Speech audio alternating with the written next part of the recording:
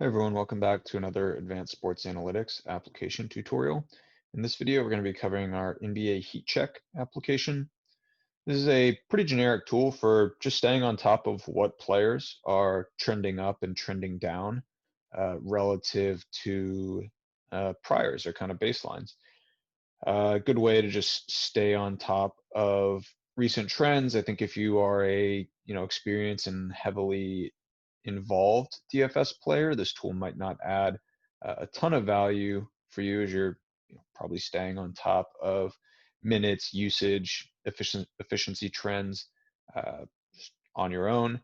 But if you're new to NBA DFS play, I think this could be just a good, quick resource to check each morning to understand which players are trending up and trending down. Um, there are really three columns that we're paying attention to: difference in minutes, difference in usage, and difference in fantasy points per game.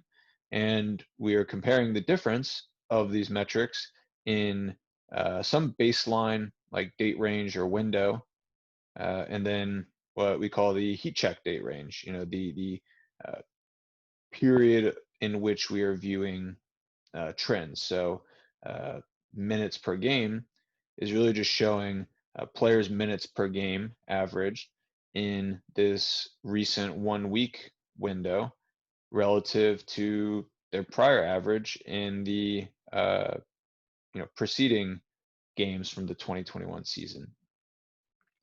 So the advantage to using a super small window is that you are getting, I guess, quickly updating or you are seeing differences quickly, right? If you are only looking at how the last game differs from some previous baseline value, you're going to get changes in minutes, changes in usage, changes in fantasy points per game quite quickly. The downside is that you're relying on small sample. A player playing 6 minutes more in a game compared to their prior, uh, you know, could be salient, could hold in future games. Maybe if that increase in role is opened up by injuries within the roster or coaching decision changes. But it also could be 6 minutes more because of the way that the previous game scripted out. So the downside to using super recent and super tight windows is that you do open yourself up to uh, relying on data that's small in sample. But obviously, the risk of extending the window out super long is that it's going to take more games, I guess, to like update and show, not to update, but it will take more games and more data points for the signal of recent games to show through, which potentially is good in that it's a larger sample, but also DraftKings and FanDuel do update their pricing somewhat quickly. It's not super immediate, but there is, we want to be recent enough so that we are beating the update of DraftKings and FanDuel pricing, but also not so recent that we're just relying on like one game. Or if we are relying on one game, making sure that we have confidence in that most recent game trend carrying through to the next game. So just a note on kind of the date range selection here. You can select DraftKings or FanDuel scoring. You can show the different columns. So we like showing games and number of overtime games as it's a good way to uh, understand, I guess, games sample size. On the left on the left side of the slash, we have number of games in the base date range. On the right side of the slash, number of games in the heat check date range, and then OTs, same can be said. So if you see a player who over the last 2 games has +3 minutes per game, but has also played in 2 overtime games, we might be dubious of the long-term uh, projectability of that kind of +3 minutes per game. You can also add, I guess, the only column that we haven't shown in the default is the number of true shot attempts per game.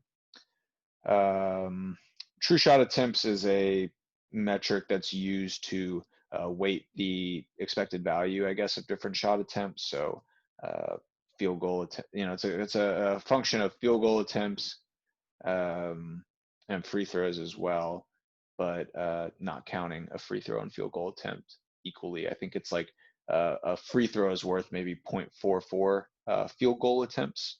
So not defaulted in the app, but you can add it by selecting the column. You can also delete out columns, so maybe you're not interested in usage and just want to look at minutes per game. And then you can select the teams that you want to view for. The app is going to default to show the active teams. So in today's game or today's set of games, we can see that the players, I guess, who are averaging the highest net differential in minutes per game over the last week compared to prior games from the 2021 season are these Philadelphia guys who have gained an extra role due to roster shrinking roster, I think due to COVID and some injuries. Damian Dotson has received an elevated role as Colin Sexton has not been playing recently. Lamar Stevens, so these are kind of ways you could use the application.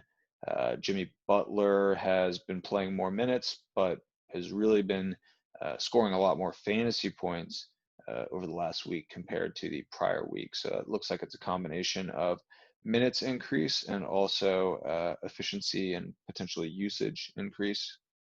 If we add the usage column, we can see that yes, Jimmy Butler's minutes, usage, and fantasy points are up. Shai Gilgeous-Alexander, we can see, has increasing, fantasy points, or his average fantasy points of the last week is notably higher than his prior. But his minutes have been up a little bit. His usage has been up, hardly at all. So it seems like SGA is just, he's maybe just being more efficient with his usage and with his minutes. Maybe shooting at a higher field goal percentage, committing less turnovers, maybe making more plays on the defensive side of the ball. So this is a guy that has been hot from kind of a pure scoring, pure fantasy scoring standpoint. However, some of the underlying metrics might suggest that maybe that's not sustainable, or maybe we're dealing with really not that many games prior to the last week for the 2020 season. So maybe he just got off to a unsustainably cold start, and really he is his scoring efficiency or maybe defensive impact is kind of normalizing to his latent skills. You can download the raw data, and that's just going to be box score data for the players. I think we have an added column called heat window, which is just a 0-1 binary where the one, the rows where heat window is equal to 1 are games that are in this most recent heat check date range. Rows where that column is equal to 0 are going to be part of the baseline, or kind of like prior set, as we would call it. If you want to poke around with the raw data in Excel or some sort of data processing platform, you can feel free to do that.